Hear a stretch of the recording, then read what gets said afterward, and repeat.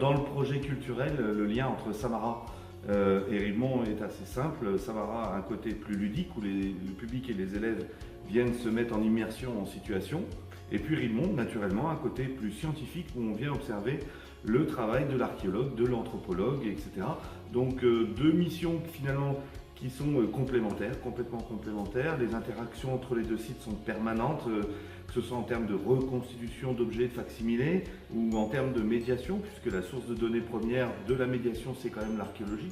Et d'avoir dans un même établissement public la possibilité d'avoir à la fois la médiation, mais la source archéologique qui permet cette médiation, c'est juste formidable. Et on s'aperçoit aujourd'hui que l'activité médiation enrichit la connaissance archéologique, voire permet de lui faire passer les frontières qu'elle s'était elle-même fixées en bloquant certaines choses. Je pense que pour une sortie assez ludique, on peut aller à Samara. Pour des gros projets pédagogiques, on peut aussi aller à Samara, parce qu'on les fait régulièrement maintenant. Mais du coup, là, à Rimont, ça se prête vraiment au jeu. Je disais être dans la peau d'un archéologue ou voir le métier d'un archéologue, c'est le thème d'un PAC 2 que l'on met en œuvre là bientôt avec le département, où des élèves d'Arthur Rimbaud d'Amiens-Nord vont venir faire des fouilles de surface, de ce qu'on appelle la prospection pédestre.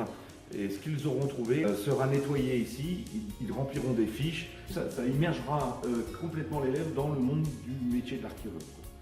On avait déjà mis en place l'année dernière des ateliers sur l'anthropologie, comment on peut déterminer les maladies qu'avait un humain, de quoi il est mort, etc.